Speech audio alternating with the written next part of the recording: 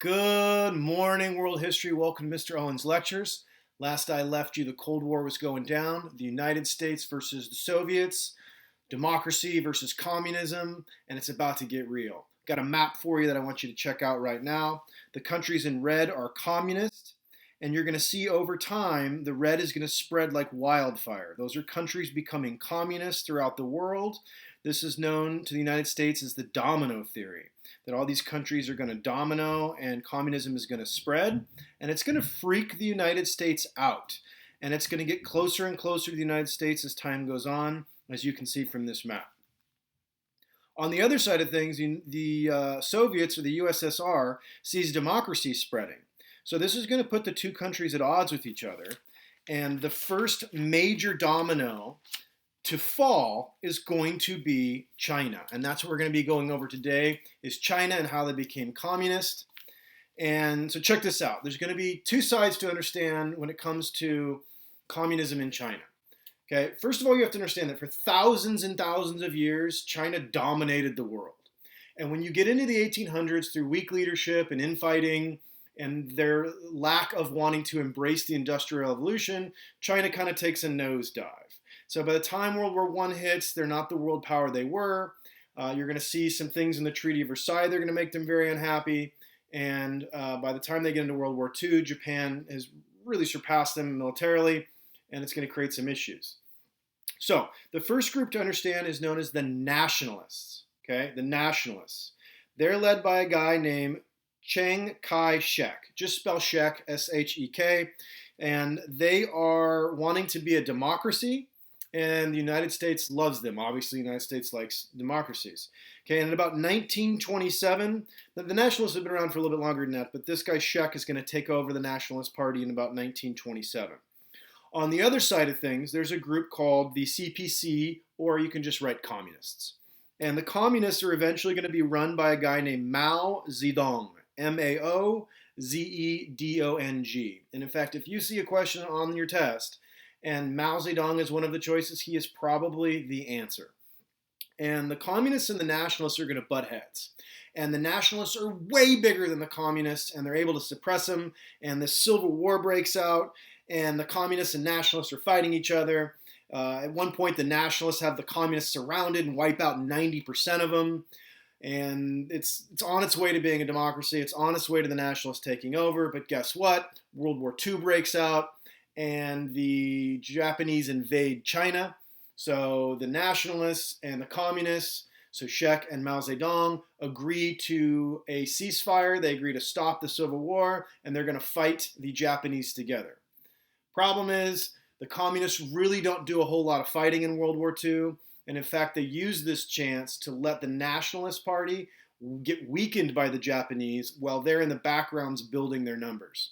To give you an idea, the Nationalists in World War II will lose 3 million people, and the Communists will lose about 400,000. And during this time, Mao Zedong goes around and he goes to peasants and he says, hey, how would you like it if I take a bunch of farmland from rich people and I give it to you? We've talked in my class about communism and how it's really, really, really appealing to poor people, to farmers, and he starts to build his numbers greatly. So by the time World War II is going to end, the nationalists are going to be a lot smaller than the communists. And the minute World War II is over, another civil war is going to break out. And this time, rather than nationalists almost defeating the communists or CPC are going to defeat the nationalists. The nationalists are going to be exiled to the country of Taiwan. To this day, Taiwan is still a democracy. Shek actually ruled there until 1975 upon his death. It's a democracy, but just don't tell mainland China that. It's a really weird system there. China allows them to be independent, but China still considers them a part of China. As long as no one else in the world acknowledges that Taiwan's its own country, they'll be safe. I know that sounds weird, but it's the truth. With the COVID stuff that happened recently, Taiwan actually had a whole bunch of positive results of testing and the things that they did to take care of the virus, but they're not allowed in the World Health Organization to help the rest of the world because they cannot be acknowledged as their own country. Crazy, right? But that's the way it works. But backtrack. So Mao Zedong takes over China after World War II. He promises land to the peasants. He discourages religion because that builds loyalty or competes loyalty with the government. And in Chinese history, there's this guy called Confucius and Confucianism, and that basically means loyalty to the government. And so Mao Zedong's going to bring that back. He's going to be all about loyalty to the government, all about making peasants the heroes, promising them land, lots of farmland, and discouraging religion and really putting the government before everything else. And so when he does finally take over after World War II, they're going to try to build the economy through this thing called the Great Leap Forward. And just like we saw with Russia, they're going to try to do a thing called communes, where they put a bunch of workers together in teams on farms called communals, and people are going to work together to try to create crops. They're going to basically create a giant widespread famine instead. Instead of a Great Leap Forward, they should have called it a Great Leap to Starvation, because tens of millions of Chinese people are going to starve through this process. They're also going to not really become a world power. The whole point of this Great Leap Forward was to modernize the economy, and it doesn't do that. And in fact, China is going to really make awful goods, and it's going to really have low output, and it's going to create mass poverty throughout China. So in the 1960s, people are getting a little fed up. But Mao Zedong's like, I don't want to lose my power or my head. So he creates a thing called the Cultural Revolution, and this is designed to eliminate opposition to him. Anybody that opposes Mao Zedong, he's going to have a real problem with. And he's going to round up people like anybody that's educated. College professors, like if I was in China in the 1960s, I would have been rounded up.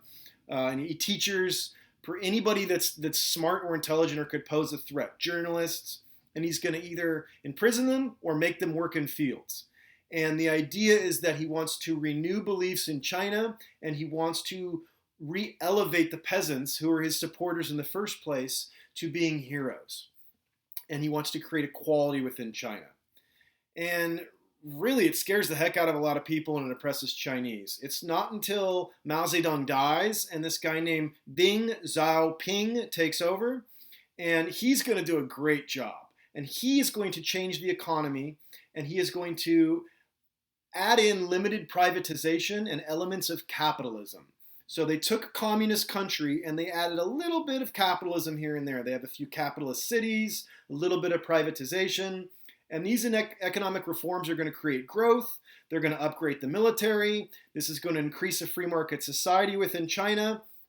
And to this day, China is probably like 90% communist and like 10% capitalist. They've got like Shanghai has some capitalist areas and things like that. So it's kind of a weird and hard country to explain. So I kind of just say it's a communist country with some sprinkling of capitalism, but this is going to foster some competition within business, and it's going to encourage outside investors to come into China, and boom, from the 70s on, now you have the China that you know today, where everything that seems to be made in any other country says made in China, and they're going to become a world powerhouse, back to what they were for thousands of years. So it's mostly communist, but it is a little bit hybrid of a communist country, of a capitalist country.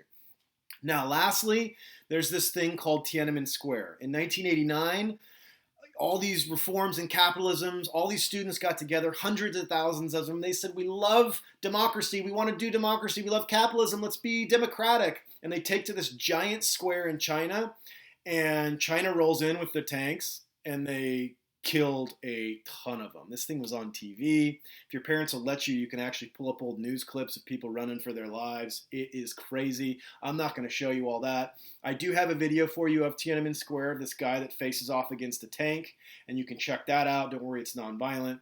And then I have a short video of the history of China that goes into a little bit more detail than what I did. But after that's all said and done, you should be pretty prepared for this test.